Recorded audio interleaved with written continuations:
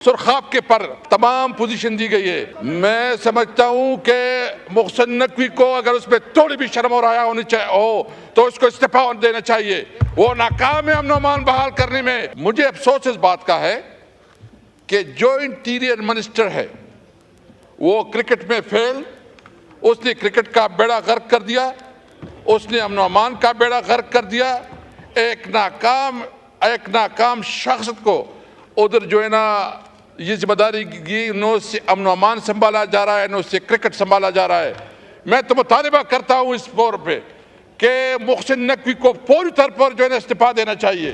उसके पास कोई अखलाकी तवाज़ नहीं रहता और इस तरह यानी पता नहीं वो काम क्या कर रहा है, उसके अंदर क्या खास जो है ना वो पता नहीं कि वो उसमें हाँ जी नहीं वो क्या सुरखाब के पर लगे हैं कि उसको तमाम पोजीशन दी गई है।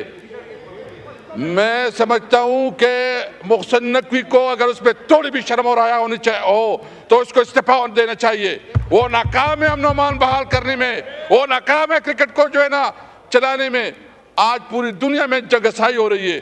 तो नंबर 1 इस वक्त जरूरत इस बात की है कि तमाम पॉलिटिकल पार्टीज, मुझे अफसोस इस बात का है कि बलूचिस्तान में जो हुकूमत है वो 90% में 100% नहीं कहूँगा, मतलब कुछ लोग जो है ना वो ग्रेसफुली जीत भी चुके हैं।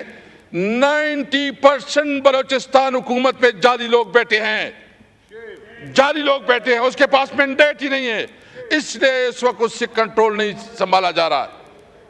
खुदारा इस मुल्क पे रहम करे, इस मुल्क के अवाम पे रहम करे।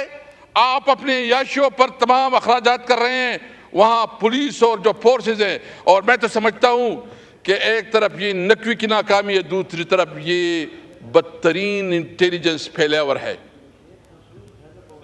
आपने इंटेलिजेंस फेलियर है, बिल्कुल इंटेलिजेंस फेलियर है। आप जो यहाँ बैठ के टीवी पे बड़े बड़े प्रेस कॉन्फ्रेंस करते हैं, झूठ को सच साबित करने की कोशिश करते हैं, झूठ सच साबित नहीं हो सकता। इस मुल्क में लोग जो है ना एक बदअमनी से और महंगाई से और सबसे ज्यादा जो इस मुल्क में इस वक्त मेरिट की वायलेशन हो रही है कानून की, इंशाअल्लाह ताला मैं ये उम्मीद रखता हूँ कि अगर ये हम यहाँ जो जिसकी नुमाइंदगी के लिए हैं, हमारा बुनियादी मुतालिबा ये है कि मुल्क को कानून और आइन के मुताबिक चलो। इस मुल्क में इस पार्लियामेंट को एम्पावर, जिस पार्लियामेंट में सही मानों में अवाम की नुमाइंदगी हो, जिसमें पार्लियामेंट 47 नहीं, जो अवाम की हकीकी नुमाइंदे हो उसको हक हो। तो मेरा मुतालिबा ये है कि इसके ऊपर पूरी डिबेट की जाए, तमाम नुक्ता नज़र सुना जाए और इसके ऊपर प्रॉपर सजेशन दी जाए ताकि पता चले कि हमने इस मुल्क को कैसे आगे लग जाए। थैंक यू जी। और तालिबान को वापस लाकर इन्होंने बसाया। आज जो खून बहाया जा रहा है वो खून इनके हाथों में है, इन्होंने वो खून बहाया है क्योंकि ये तालिबान को वापस लेकर आए थे। और जनाब स्पीकर, ये एक ऐसा इशू है जी, ये एक ऐसा इशू है जिस पर कौम को मुत्तहिद होना है। हमने खैबर पख्तूनख्वा के वजीर आला अली अमीन खान को भी ये गुजारिश की है कि वहाँ पे काउंटर टेररिज्म डिपार्टमेंट बड़ी तेजी से जदीद बुनियादों पे खड़ा होना चाहिए। पेशावर के अंदर भी सेफ सिटी लगना चाहिए। जो कुरम के अंदर हालात हैं वो भी अंडर कंट्रोल होने चाहिए। आज बलोचिस्तान में 11 दहशतगर्द मारे गए और ना सिर्फ 11 दहशतगर्द मारे गए, पाक फौज के और पुलिस के जवानों ने जामे शहादत नोश किया। इस इश्यू के ऊपर सियासत ना की जाए, मगर जब आप जिम्मेदारी का तयन करना चाहते हैं तो जिम्मेदारी आपकी तरफ आएगी कि आपने 4 साल इस मुल्क में दहशतगर्दी को फरोग दिया, आप इन लोगों को वापस लेके आए। आज जो बलूचिस्तान में वाकयात हुए, पंजाब में वाकयात हुए, इस हवाले से जो कुर्बानियां हमारी सिक्योरिटी एजेंसीज दे रही हैं, लॉ इन्फोर्समेंट एजेंसीज दे रही हैं, मैं फ्लोर ऑफ द हाउस शोहदा की बात कर रहा हूँ यार, शोहदा की कुर्बानियों को हम खिराजे तहसीन पेश करते हैं और जो लोग जख्मी हुए उनको भी खिराजे तहसीन पेश करते हैं कि वो वतन अजीज में लॉ एंड ऑर्डर की खातिर और कानून के निफाज की खातिर उन्होंने ये जामे शहादत नोश किया। बहुत शुक्रिया जनाब स्पीकर। मैं एक अहम मसले के ऊपर आपकी तवज्जो, इस ऐवान की तवज्जो और हुकूमत की तवज्जो चाहता हूँ। जो मैंने पढ़ा और सुना उसके तहत बात करना चाहता हूँ कि पाकिस्तान यूटिलिटी स्टोर को बंद किया जा रहा है। 1971 में जुलाई में जुल्फ़िकार अली भुट्टो ने ये इदारा कायम किया था और गरीबों के लिए कायम किया था या मिडिल क्लास के लोगों के लिए कायम किया गया था। इससे पहले राशन डिपो होते थे, उसको मॉडर्नाइज तरीके से गरीबों के लिए बनाया गया। सुना है उनको बंद किया जा रहा है। मैं इस पर मज़ीद बात नहीं करना चाहूँगा, सिर्फ इतना ज़रूर कहूँगा कि खुदारा ऐसी बात न करें जिससे मुल्क में एक अनारकी फैले और मुल्क के जो मिस्कीन लोग हैं, मिडिल क्लास के लोग हैं, जिनको यहाँ से कुछ बाज़ार से या जो मोनोपोली होती है उससे बचकर गुजरना पड़ता है, उनके साथ ये ज़्यादती न की जाए।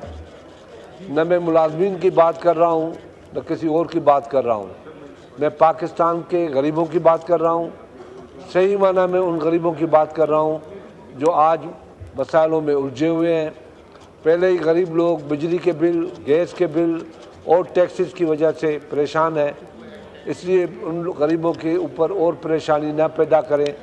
मेरी हुकूमत से अपील है, हुकूमत के मेंबर साहबान से भी अपील है कि इस पे ज़रा तवज्जो दें और इसको हम होने न दें, चाहे कितना प्रेशर भी आए। कुछ अपनी भी इज़्ज़त होती है, अपने एहतराम के लिए भी, अपने मुल्क के लिए भी सोचना पड़ता है। सारी चीज़ें दबाव में आके हम न करें, हमें अपने लिए भी सोचना चाहिए, इस मुल्क के लिए भी सोचना चाहिए। मेहरबानी। जी असद कैसर साहब, पॉइंट ऑफ ऑर्डर।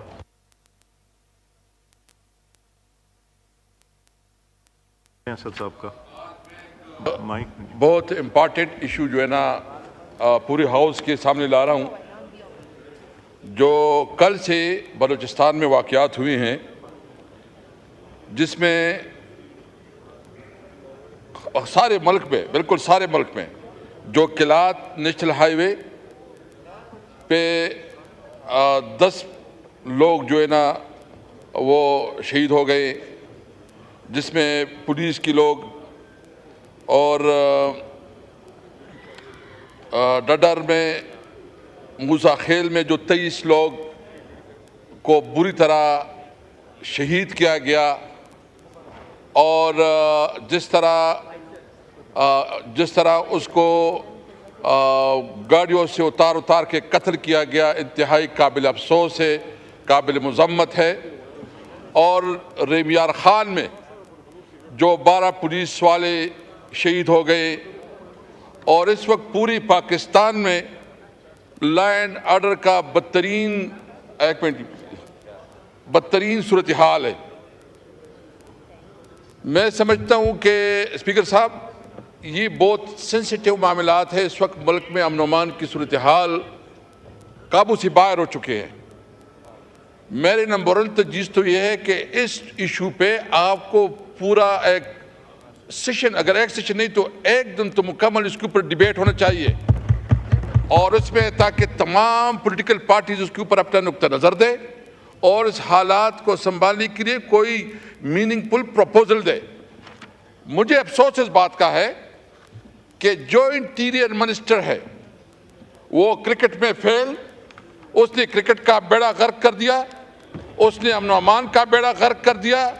एक नाकाम शख्स को उधर जो है ना ये जिम्मेदारी की, न उससे अमन अमान संभाला जा रहा है न उससे क्रिकेट संभाला जा रहा है। मैं तो मुतालिबा करता हूँ इस फोर पे कि मोहसिन नकवी को पूरी तौर पर जो है ना इस्तीफा देना चाहिए। उसके पास कोई अखलाकी तवाज़ नहीं रहता और इस तरह यानी पता नहीं वो काम क्या कर रहा है, उसके अंदर क्या खास जो है ना वो पता नहीं कि वो उसमें हाँ जी नहीं वो क्या सुरखाब के पर लगे हैं कि उसको तमाम पोजीशन दी गई है। मैं समझता हूं कि मोहसिन नकवी को अगर उसमें थोड़ी भी शर्म और हया होनी चाहिए हो तो उसको इस्तीफा देना चाहिए। वो नाकाम है अमन अमान बहाल करने में, वो नाकाम है क्रिकेट को जो है ना चलाने में। आज पूरी दुनिया में जगसाई हो रही है।